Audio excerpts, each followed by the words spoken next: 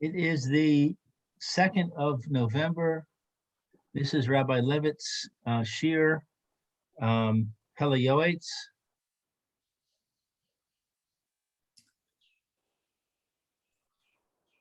Okay. Hi, I'm back. Good morning. Good morning. Good to see you again. Good to be back. Rabbi Furman asked me to join us for one more day. I think Rabbi Levitt is just arriving today. So Rabbi Furman asked me to conduct the proceedings. Excellent. Good morning, gentlemen. Good to see all of you. Let me just get my Pele Yoetz open here. Okay, let me get mine.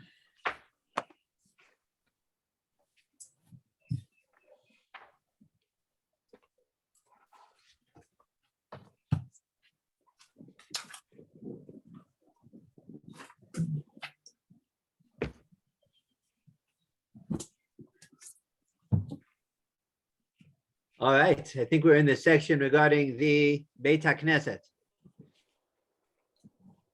In the English version,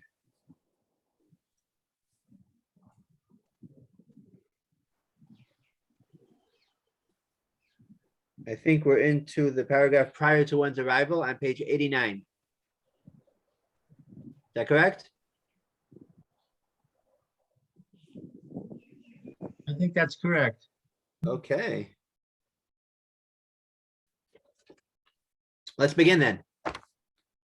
What we started yesterday is we talked about coming early to shul to try to be one of the facilitators of the minyan, to be one of the first 10.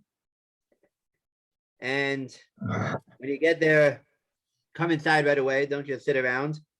Even better to enter the shul already ready with talit and tefillin, and that shows proper awe and fear of Hashem's house. Okay, who wants to begin? Eliezer, would you like to read a little bit?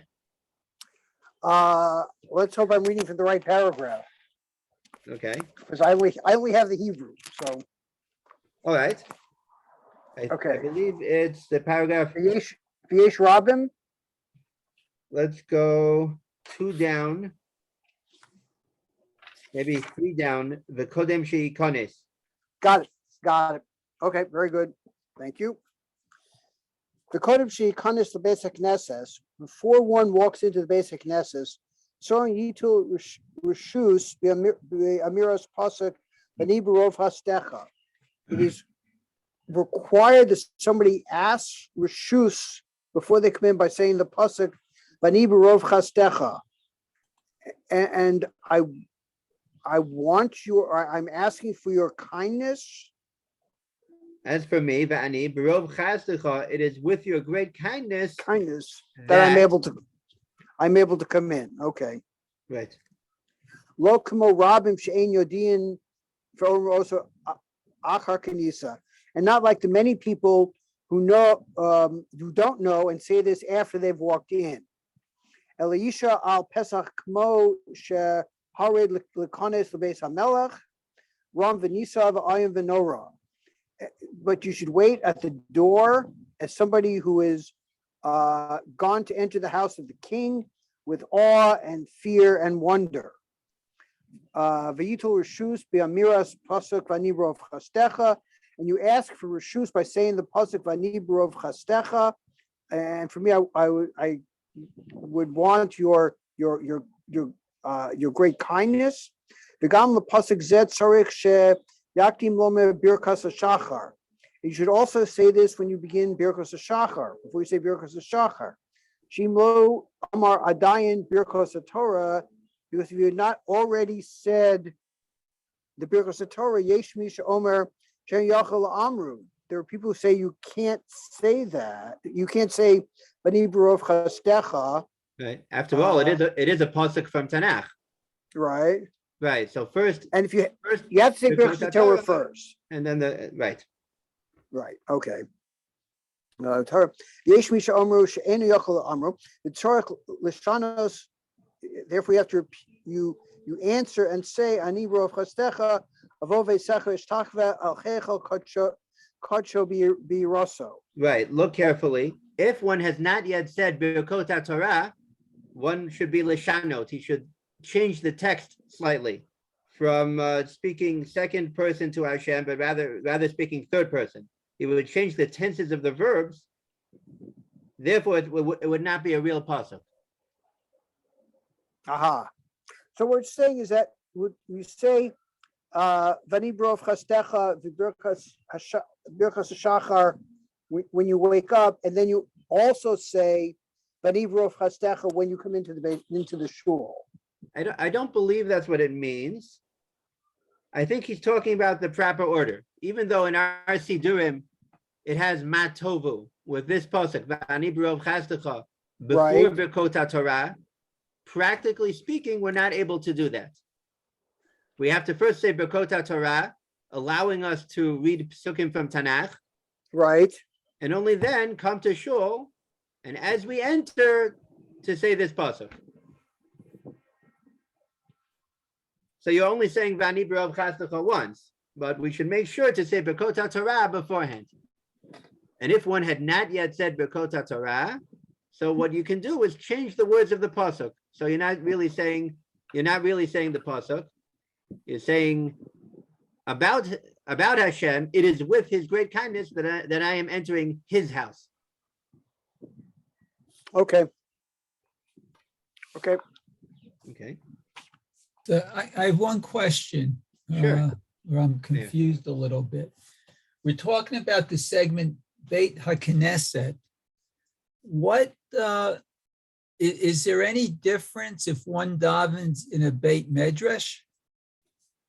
Or does a Beit Medrash that has an Aron in it, is that called a Beit HaKnesset? That's a fascinating question. I'm sure it talks about it in the Sifrei Halacha. Okay. In the times of Chazal, there were two separate locations. You know, even the Talmidei Chachamim who learned all day would, if they wanted to daven with the tzibur, they would go to the Beit HaKnesset, and when they wanted to learn, they would go to the Beit HaMidrash. What we call nowadays a Beit Midrash really fulfills two functions. It's a Beit HaKnesset and a Beit HaMidrash.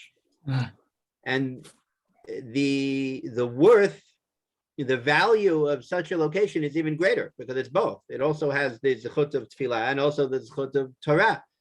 So it might be even better to daven in a Beit HaMidrash. Okay. Some of the rules of Mora Mikdash. What we're speaking now is fear and awe of the Beit HaMikdash. And we mentioned yesterday there's a pasuk in Yechezkel that the Beit HaKnesset is called the Mikdash Ma'at, the miniature Beit HaMikdash.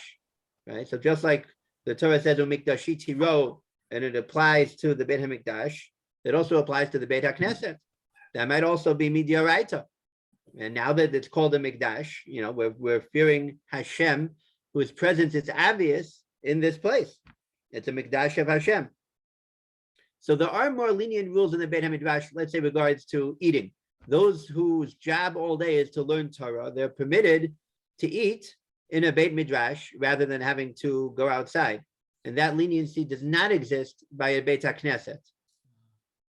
Because that's not, you know, with somebody who is Torato umanuto, somebody who's, what he does for a living is he learns Torah. So just like people take a coffee, take a sandwich to their desk on the job, you know, they shouldn't have to take a lunch break. So you can do the same thing in a Beit HaMidrash, but not in a Beit HaKnesset.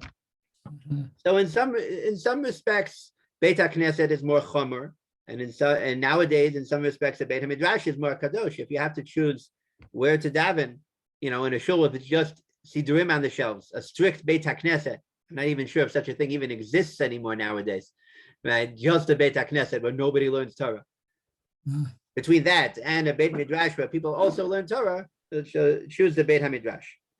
In the Beit HaKnesset, when it's inaugurated, if you the very first, if you stipulate that you can eat in there, that can be done, can't it? I'm not familiar with the halachot. It sounds vaguely familiar. Yeah, I think that's what a rabbi said in Australia, that you can't eat in the Beit HaKnesset, but if you, when you inaugurate it and specify that you can eat, and then so you can. And then that means you can have a kiddush there if you want to. That is, it probably is a very good idea in today's day and age to make such a stipulation. The downside is the kedusha of that Beit HaKnesset will be a little bit diminished. Mm. There's also in the halacha, one can make such a stipulation in Chutz La'aretz, because anyway, such a Beit HaKnesset is temporary. Right? In the end, we're all returning to Eretz Yisrael. It's not so simple. One can make a stipulation on a Beit HaKnesset that's in Eretz Yisrael. But I haven't gone through those halachot recently, so check me up on that. That sounds fair enough. That sounds Okay, good. thank you. Oh, sorry, where are we then? We are in the middle of the paragraph. We're up to the words. In Hebrew, it's umatov uman na'im. This is really a different topic. In the English, it is how good and pleasant. Yeah. In which page? Where? Page 89. The paragraph I- begins ah. prior to one's arrival, Ah, about okay. 2/3 of the way through that paragraph. right, got it. Thank you. Okay. What's that, Roy? Would you like to read a little bit? What do you say? You're on camera, at least on my computer. Would you like to, Roy, would you like to take over? Oh, all right. Also prior to this verse, one should say the morning blessings, for if he's not said the blessings of the Torah, there's an opinion that he may not recite any verse. If it happens that he must modify the verse and say, and I, in the abundance of his mercy, will come to his house. I will bow down towards his holy sanctuary and with reverence for him. Again, that's if one has not yet had the chance to say B'kot HaTorah. Okay. How good and pleasant would be if they would place a charity box for him and for the poor of the city in the entranceway of the synagogue, so that everyone who comes inside will make a small donation. A rich man should not give more, and a poor man should not give less than a peruta, which is the lowest value currency, every day. When donating, a person should recite, I, through charity, will behold your countenance. This is a great and very beneficial custom. What's this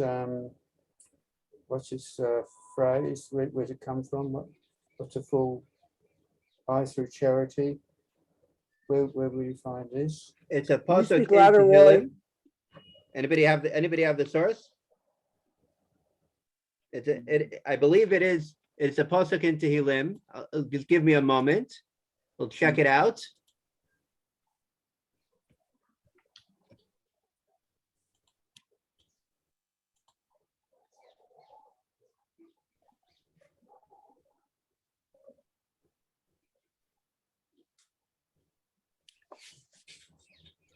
Tehillim 17:15. Thank you. In context, it might mean justice, but we're interpreting, tzedek could mean justice, or it could mean tzedakah, charity. It's the same shoresh, the same root in Hebrew. We're interpreting it to mean charity. And there certainly seems to be a well-established minhag in the Jewish people to give tzedakah before davening. Sometimes you see people going up during Vayivarech David in Psukei Zimra and giving tzedakah when they are saying the verse, V'ata Moshe Bakol, all the money Hashem is yours, you're in charge. Now that's when I grew up, the staff at the elementary school I attended in Queens, New York, was mostly Chabad Hasidim. So Chabad is very big on this. They passed the pushka around the children. Everybody gave a little coin, and then we davened. That was, but the source is in Chazal. It's probably brought down in Halacha as well. Thank you. And again, it's not the time to stand out by giving a large donation. The idea is the symbolism of the matter to everybody should give at least a little bit. All right. Now it looks like the Pele Yoetz composed another tefillah. again, the Sfardim never stopped composing. Among Ashkenazim, basically everything in our Siddur is from the times of the Rishonim and earlier. There are very, very few tefillot and piyutim that were added later on. The latest things are probably from the Arizal, like the Brish, the Yoetz we say when taking out the Torah and Sholosh Regolim or after Birkat Kohanim. But we're sort of hesitant to make up our own tefillot. But the Pele Yoetz certainly is not hesitant. Any volunteers to read? I'm ready. Okay, go for it. Thank you, Alan. I have accustomed myself to say the following petition. Sometimes I add things according to the need of the hour. For any distress, may it not come. Let a wise man hear and add his teaching. Behold, I am going to the synagogue to unite the name of the Holy One, blessed be He, with the Shekhinah. Says divine presence in the morning with the right arm. Can you be a little bit louder? Sure. Thank you. Okay. The right arm in the evening and with the left arm. In the morning with the right arm, in the evening with the left arm. I am prepared to give charity in order to provide satisfaction to our Creator for the sake of the exaltation of the power of His divine presence, to atone for my sins and for the sins of my fathers, to elevate their souls and to elevate the soul of Rabbi Meir Baal Hanes. May the merit of Rabbi Meir Baal Hanes protect us so that we may serve our Creator with complete and wholesome service for length of days and years of life. May no tragedy befall us nor any plague enter our house. The merit of Rabbi Meir, may all of my children be saintly, perfect in character, intellect, and all forms of perfection. May the God of Rabbi Meir answer me. I, in righteousness, shall behold your countenance. May I be satiated when I am awake with your image, and may we walk in the house of God with enthusiasm. How awesome is this place! This is not but the house of Hashem and the gate of heaven. However, one may not recite all of this except when he arrives early in the synagogue when no other person is present. But when the other inside and outside the synagogue, it appears like holiness, stand and pray by the entranceway. One may recite the prayer in the privacy of his home or in his way to the synagogue if the roadway is clean. Nevertheless, one should normally say at the doorway of the synagogue verse, and I in the abundance of your mercy.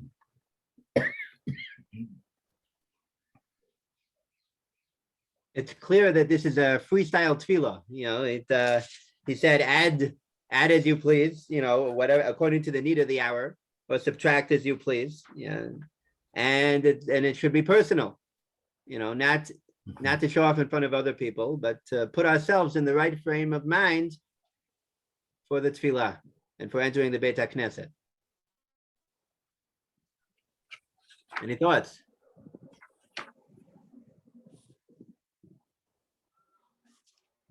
It's becoming clear I really have to be early to davening, right? Right. If we come late, we're skipping the essential parts of the Siddur. It certainly wouldn't have time for extra contemplation. Nevertheless, the Gemara in Brachot says that the Hasidim Harishonim, the people who are careful about their mitzvot in earlier times, would specifically come early in order to contemplate for a sha'ah, for an hour before davening and after. Sha'ah doesn't necessarily mean 60 minutes in all contexts, but the idea is to think about what we're doing before we do it. So is it proper if you can to do Birchat HaShachar at home before you enter the synagogue? And then when you get to the synagogue, you put your talis tefillin on and start. There is certainly nothing wrong with that. In many situations, that's advisable. The only thing you might lose is an amen. If usually you say your brachot out loud in the shul and the person standing next to you answers amen, and at home there's nobody to answer amen, that is one thing to take into account. Mhm. But hear- if anyway, you sort of just say things quietly in shul and nobody really answers you anyway, so then you really do not lose out by saying them at home. Okay, good. Also, there are some verses that are customarily said while putting on the talit and tefillin as well. Right. So if one does recite those verses, ideally Birkot HaTorah should be recited before that too. Mhm. Or more precisely, first Birkot HaTorah, then either Matovu or Talit and Tefillin and the verses that accompany them. Good. Thank you. This all came to play during the tikufa of time that we were davening outside last year. We were sort of had to change our normal habits. I was davening here in Telstone. We had an outdoor Nate's Minyan, right? Neither snow nor sleet nor gloom of Or night rain. could stop these men from there. We had a. I don't know how famous that quote is outside of America, but we had a tent. We had a tent, but it was cold. It was over the winter. Yeah, So, right. So in that case, I certainly said Birkot HaShachar at home, put talit and tefillin, a coat over that, and then I headed out into the elements. It gets a little chilly here in Kiryat Yarim in the mornings. But that was an experience. A lot of what we're learning about, however, we lost out. While we did have Tefillah B'tzibur, we had a minyan, we didn't have Beit HaKnesset.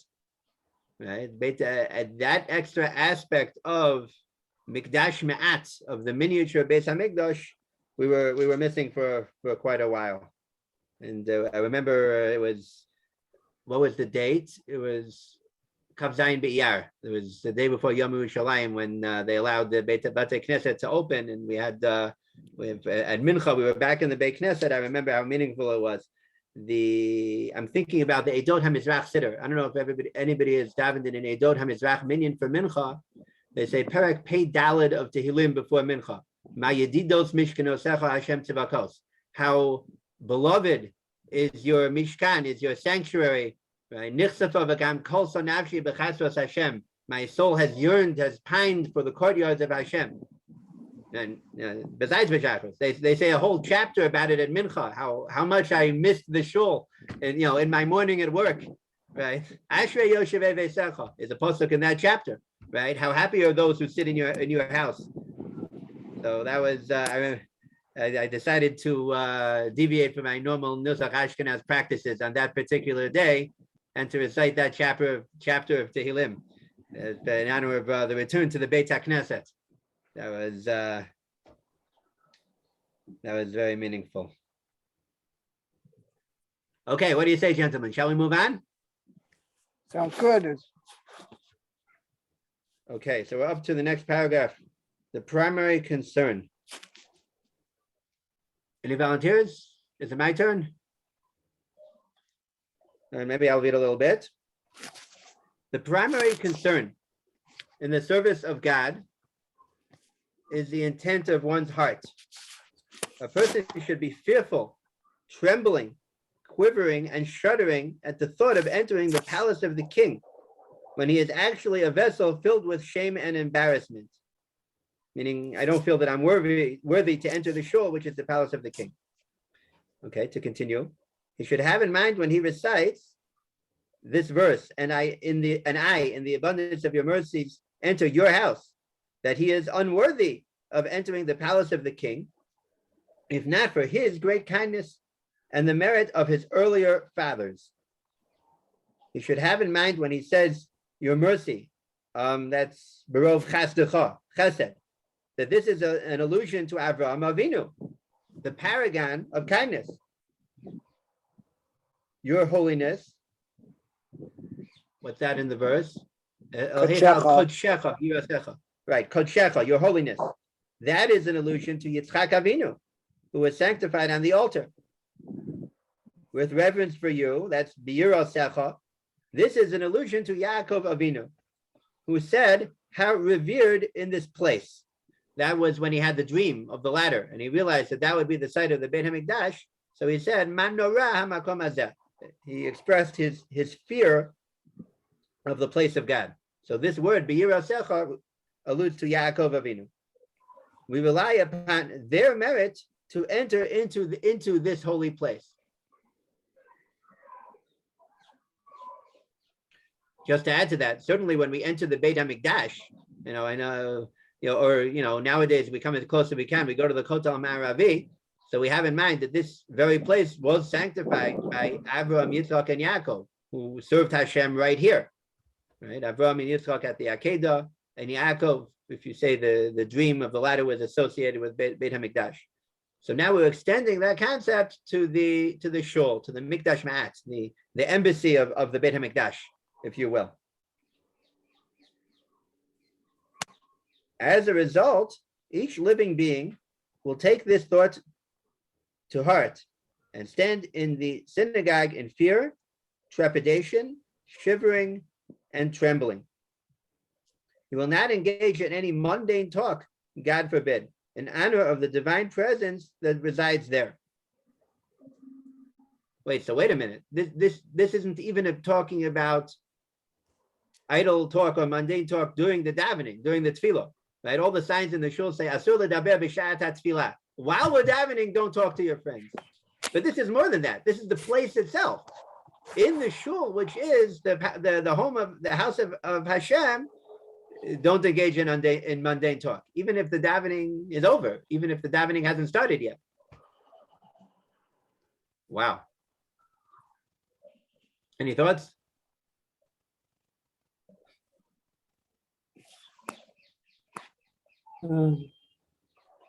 He's putting up high barriers to reach.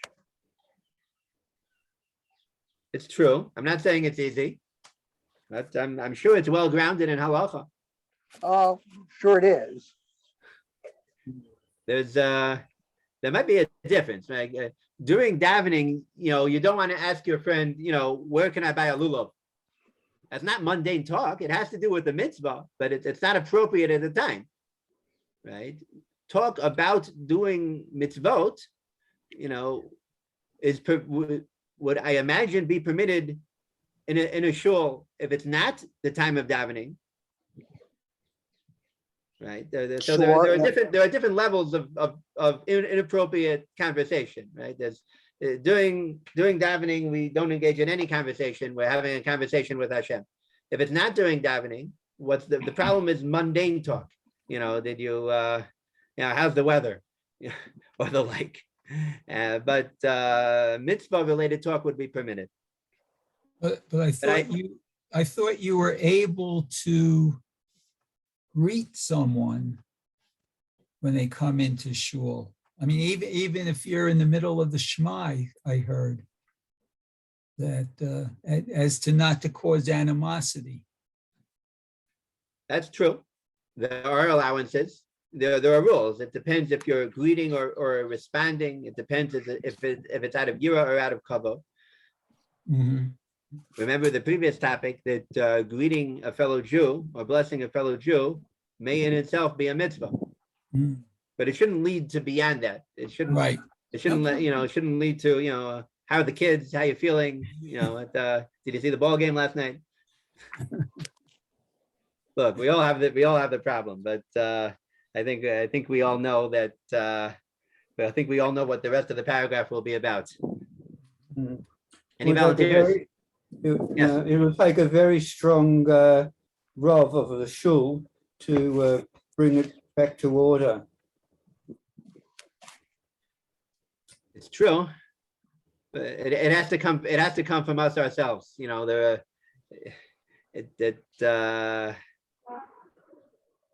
don't think a rav is more than just someone to enforce decorum. It's more than decorum is for the library or for the courtroom. I think here we're talking about halacha and really understanding what tefillah is all about. That we have a direct line, a direct conversation with Hashem. Right. The last time I was in America, happened to be on Parshat Noach. So since I was visiting from Israel, they asked me to speak at Seudah Shlishit. So I spoke about Tevat Noach, and I used the obvious cliche that Noach was, was sort of in his own world on the Teva, and all around him was the flood, was the Mabul. It could be when we come to Shul, we feel that it's a Mabul outside, it's a flood. And then the Beit HaKnesset is the one place where we can recharge our batteries. So, but in what way? One way to recharge our batteries after spending a whole week among less than savory company is to enjoy the company of our fellow Jews in the shul. I understand why people might feel like that, but I can guarantee you that Noach on the Teva didn't lose sight for 1 minute that it was Hashem who was keeping him afloat. There has to be an awareness of being in the presence of Hashem. Ultimately, probably it's only that will end the plague of talking in shul. Any more comments before we go on? Okay, I left off in the middle of the paragraph, and we're up to about 7 lines from the bottom. It is well known. 6 lines from the bottom. Who didn't have a chance yet today? Okay, maybe I'll read. Okay, thank you, Mayor. It is well known that the Holy Zohar, Truma 131b, severely condemns anyone who speaks in the synagogue. It describes him as someone who disgraces the divine presence, and he has no portion in the God of Israel. See there. A person's hair should stand on end when he understands the severity of the matter, and all hearts are pained that it has become something permitted in the eyes of many common people. It makes no difference that they sometimes hear about the seriousness of this matter from rabbis. Even so, they do not abandon their evil custom, and the people continue as if nothing has changed. Woe unto such people from the day of justice, from the day of reproof.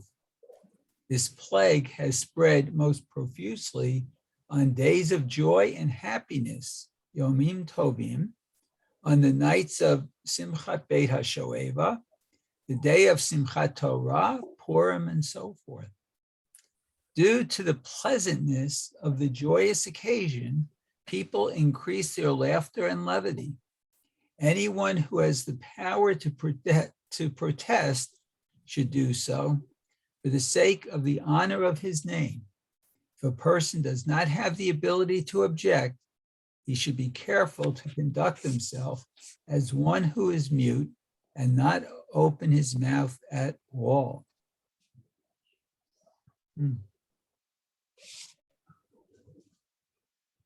It sounds like it's an old problem, and there are some times when one knows that rebuke will not help. And what can we do? We have to start with changing ourselves.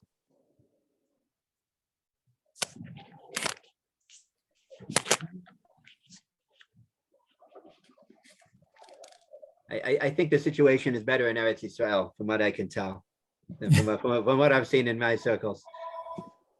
One of the reasons is Perush Hamilot. If we're more familiar with the Hebrew language, and we understand what we're saying, there's a little bit more of a connection to the tefillah. In Chutz La'aretz, for many of us, we had a hard time connecting with the tefillah because we didn't understand most of it. It was just a technical requirement of turning the pages, and it didn't really hold our interest as much. That might be, and again, I'm not justifying talking in shul, but maybe that's part of the phenomenon, part of the reason. No, but it also tells us that coming to shul isn't, how can I say this? To converse with someone who you haven't seen all week long. You wait till after shul. Maybe that's what a kiddush is for, where you can converse afterwards. Absolutely. There is a big advantage of having a kiddush. It takes the pressure to socialize away from doing the davening. But there are shuls that have a kiddush every week, and we don't wait for the Kiddush in order to catch up. So, Unfortunately. right. So, look, you can choose where you're daven. That's true. You can choose at what minyan you're daven. This year on Simchat Torah, I went to the early minyan, to the sunrise minyan, and it was a very different experience than the later minyan. The rabbi of Telstone was there, and the hakafot it was a whole different mood. It was happy, but it was organized. It wasn't wild. It wasn't levity. It was a whole different, at least this year, Simchat Torah was a whole different experience for me. Mhm. So you can choose your environment. It's true.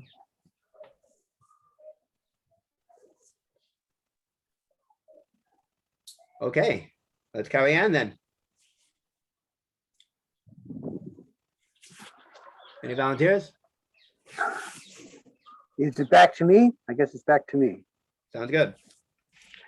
And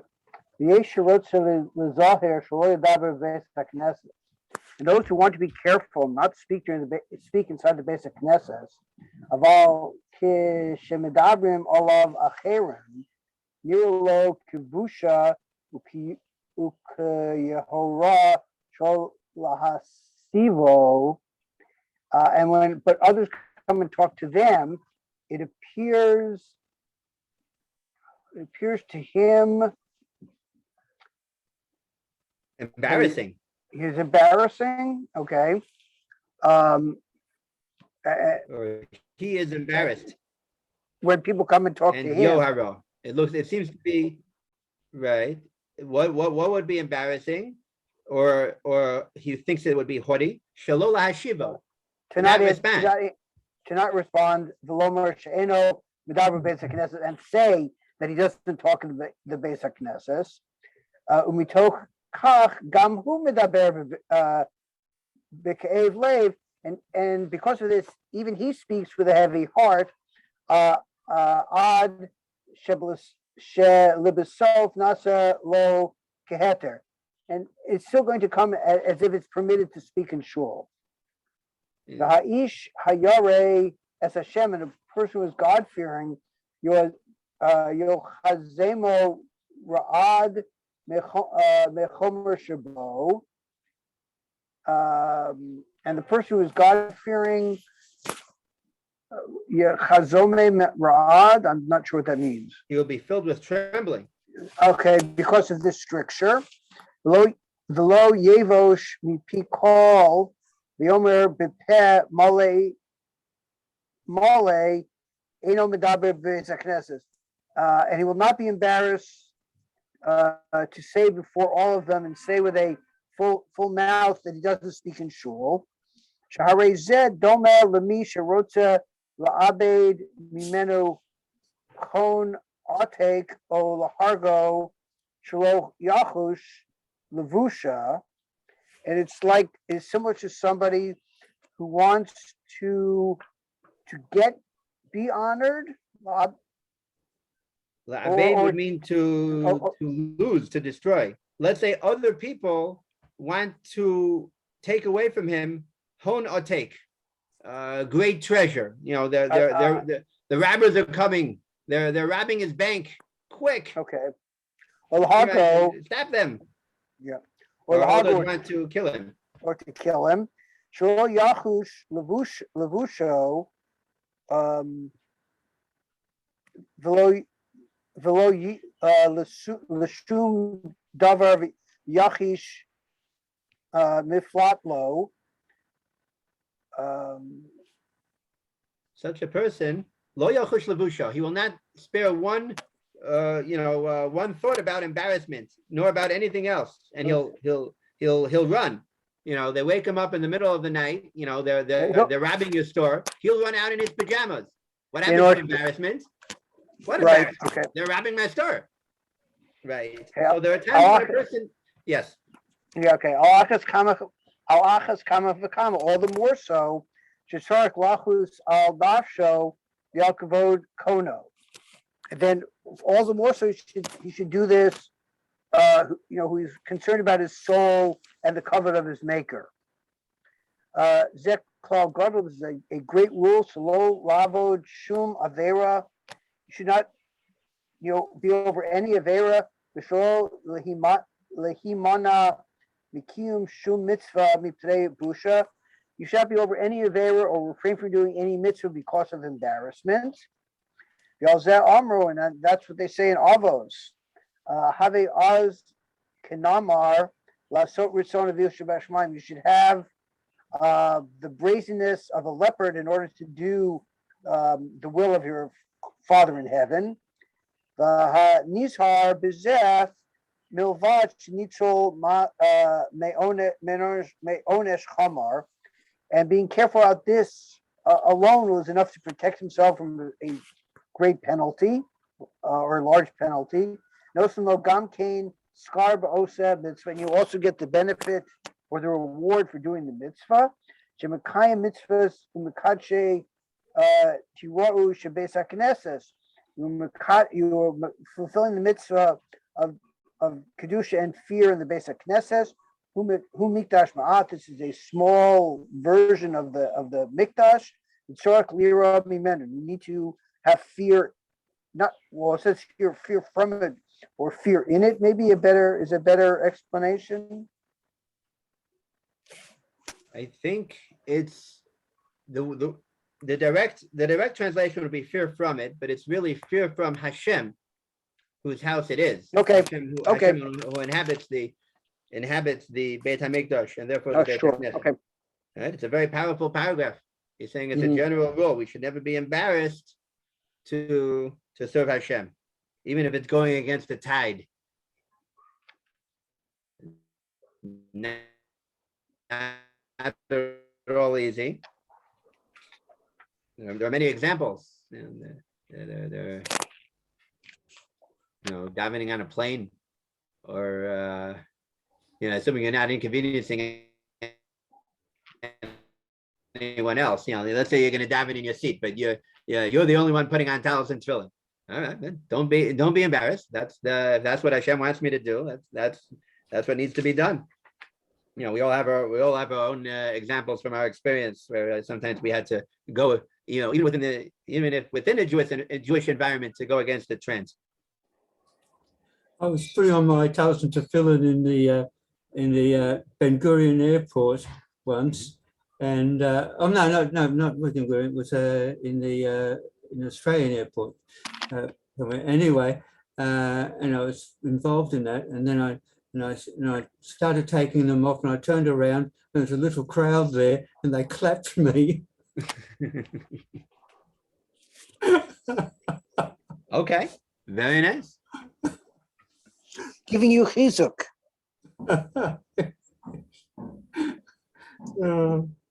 In the end, that's the way it's supposed to be, right? There's a part in Parshat Hanan, it says, in the eyes of the nations, we are considered wise and understanding and admirable in the eyes of the nations when we keep the mitzvot. Kimi goy gadol asher lo elokim krovim elav, and mi goy gadol asher lo chukim mishpatim tzadikim. When they see that we're close to Hashem and that we observed His mitzvot, that's what earns us the nation's respect. And I'm sorry, it was actually, sorry, it wasn't it? It was another airport, not Hong Kong. Where was it? What was the other one you used to go to? It was Hong Kong, or what was the other country we used to go to? I forgot. Anyway, it doesn't matter. It doesn't matter. All right. Very good. Another advantage of living in Eretz Yisrael, even if, no matter where you are, at least people will know what you're doing with talit and tefillin. Yeah. All right, let's try one more paragraph. All right, who's next up? Should I take it? Let me turn to the English. 1 moment.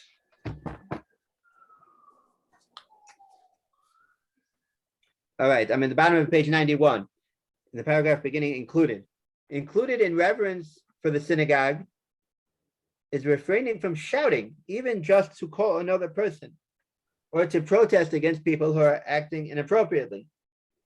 Rather, when a man wants to speak to someone, he should go near them and softly speak pleasant words with respect, like one who stands in the palace of the king. Our eyes see how people stand before ministers and judges with great respect, and no boisterous sound or response is heard, just a small and delicate voice. This is a cause of great lament. Even the non-Jews who worship idols stand with great respect, fear, and awe when they visit their palaces, their places of worship. In truth, a person who stands before a judge sees that which is before him. He knows what will happen. If he wants to speak any frivolous talk, the judge's anger will confound him. For the king's wrath is likened unto angels of death. This is not so regarding one who stands in the synagogue, who does not see that which is before him. Oh, okay, so he means it literally, right? It's not obvious that he's standing before Hashem. You can't see it with your eyes. And from whom retribution is not exacted immediately. Rather, in the way that a person wants to go, heaven allows him to proceed. If a person gets into a habit of yelling and acting boisterously in shul, it'll become to him as if it was permitted. That's what it will seem like to him. His evil inclination stands ready on his right to prosecute him and aggressively incites him to violate the will of his creator. This is the source of all man's evil on this earth. That's what the Yoetz does. However, a man's obligation for one who is a Jew who believes with complete faith in the existence of God, the awesome and fearful King, whose glory fills the entire world, whose light and divine presence appear most strongly in his holy place, meaning the Beit HaMikdash or the Shul, who supervises all the ways of men to recompense each person according to his ways, who pays a man even his casual speech, whether for good or for bad, today to do them and tomorrow to receive their reward and punishment, meaning in the true recompense, whether it's reward or punishment, is in Olam Haba. But this is the purpose of every human being, to be aware of this. Fortunate is the man who fears God in every place, especially in his holy sanctuary. He is silent before him. The man's voice will not be heard when he enters the holy site, to speak with his friends. Meaning that's not what he should do there. The medieval Torah sages established a great protective device not to speak with one's friend, even words of Torah, in the synagogue, in order that others should not suspect him of idle talk and come to grant permission to themselves for the same. Wait, what does that mean? That means if I want to talk to my friend about a Torah matter in the synagogue, so it's not a good idea because the people around me don't know what I'm talking about. They will think that I'm talking about idle matters. So they'll say, if he talks, if the rabbi's talking, so then I can talk too.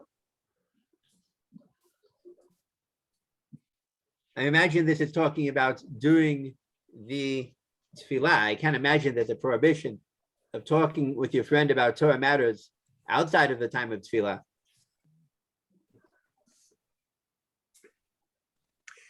But again, it's in for an inch, in for a mile type of thing. Is people see you talking in shul now, they'll say, well, if he's talking now, I can talk later. People make great leaps of in analogies, way beyond what logic would dictate. I see.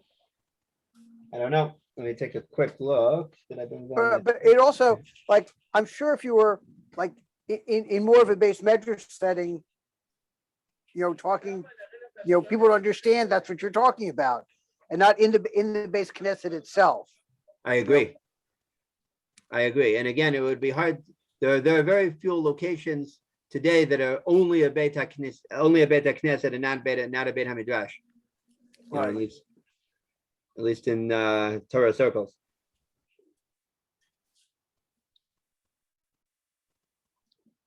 All right. What do you say, gentlemen? Maybe we'll pause here. There's one more paragraph left in this section for next time. So in 10 minutes, we'll resume with Baba Kama. All right, have a good day. Okay, all the best. Okay, have a good day, everybody. You too. Thank you. Okay.